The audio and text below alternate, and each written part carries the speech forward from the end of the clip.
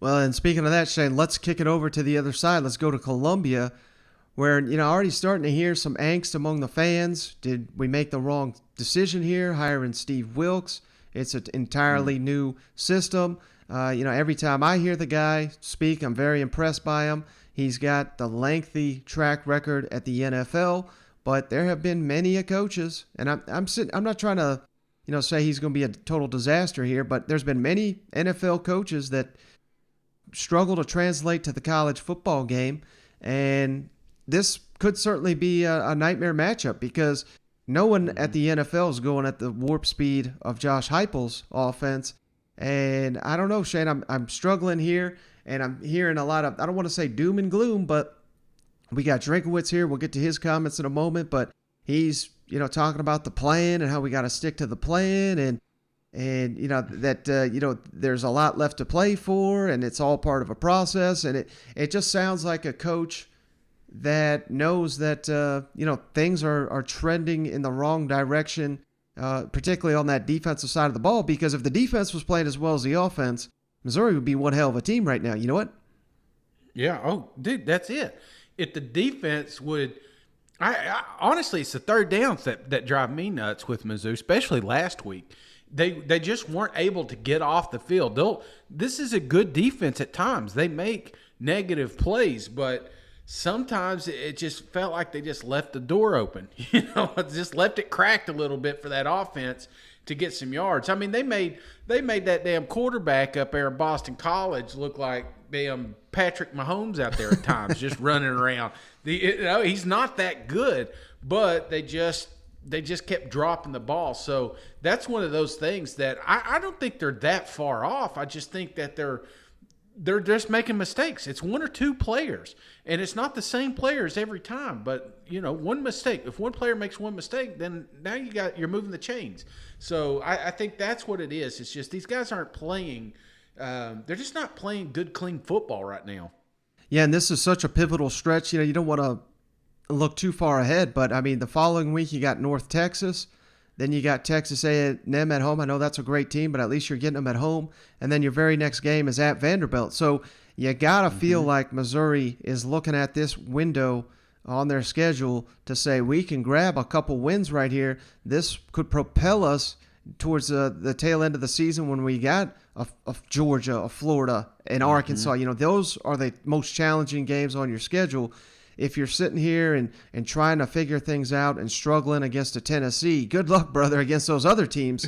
You know what I mean? So I think this is going to be just a fantastic game. And really, there's going to be a lot on the line because, like I said, I think the loser of this game is probably not going to go to a bowl game unless they find a way to upset some teams in the back end of the schedule.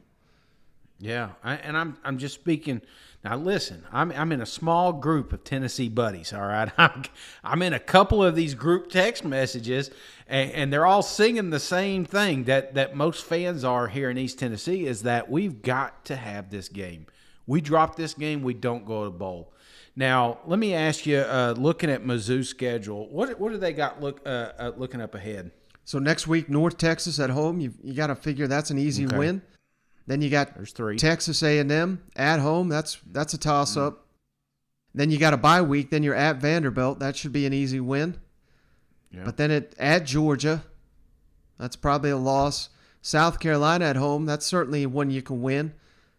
Yeah. Florida at home. They look great. And then at Arkansas. I'm just saying, I think the path to get to a bowl game is still easier for Mizzou. Mm-hmm. I really do, Mike. I don't know how you feel about that schedule, but there's a couple of little toss-up games that I can see Mizzou giving a fight on that I can't see looking at Tennessee's schedule. So that's my only concern. So I don't want to say if Mizzou loses this game that they completely close the door, but I mean, you're talking about some flawless football games coming up ahead, and that they would have to get into a bowl. You want to get into a bowl game, Mike, because you get those extra practices. It's just good for momentum moving in, and that's the last thing you want is to miss that opportunity. And the best way, man, is winning Saturday. So I think what is this game? 3-point spread. I mean, it's gonna come down to the wire, Mike. Yeah, and if it comes down to a kick, we all know Missouri's got that one hell of a great kicker.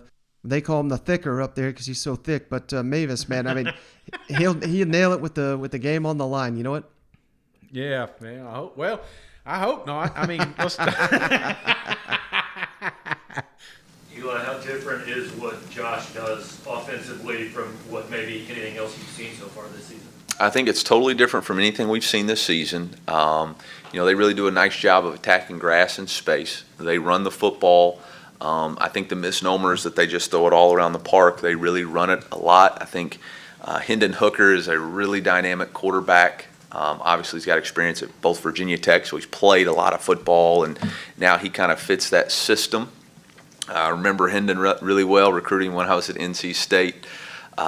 He was at Dudley. And does a really nice job. Won the state championship when he was in high school and was at that game. And so, very impressed with him and what they're doing defensively. I mean, they really got two other really good quarterbacks too. I mean, the young man Mixon comes in. I think he does a nice job. Started the season, been banged up. You watch the spring game.